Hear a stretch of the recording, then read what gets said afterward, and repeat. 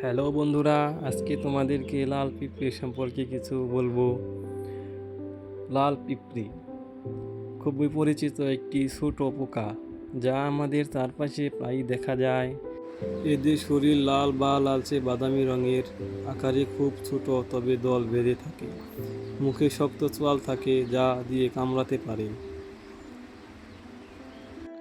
এরা মিষ্টি খাবার যেমন চিনি, ফল, ছোট পোকামাকড় কখনো মানুষের খাবার থেকেও খেয়ে নেয়।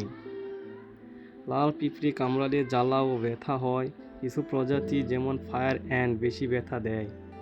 কামড়ের জায়গা লাল হয়ে ফুলে যেতে পারে। কামড়ালে জায়গাটি পরিষ্কার করে ঠান্ডা পানি দেওয়া উচিত। বন্ধুরা, এবার তোমাদেরকে লাল পিঁপড়ে নিয়ে একটি মজার গল্প বলবো। একটি গাছে ছিল লাল পিঁপড়ার বড় একটি দল। তারা সবসময় একসাথে কাজ করত।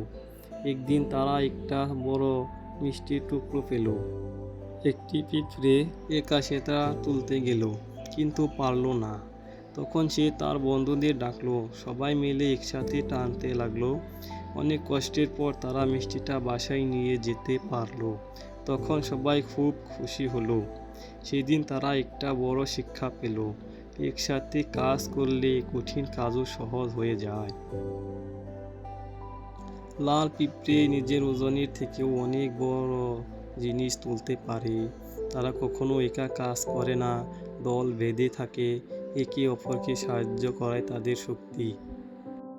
বন্ধুরা, তোমরা এরকম মজার মজার সুন্দর সুন্দর গল্প শুনতে আমার চ্যানেলটি সাবস্ক্রাইব করুন, শেয়ার করুন এবং আমার সাথেই থাকুন। ধন্যবাদ।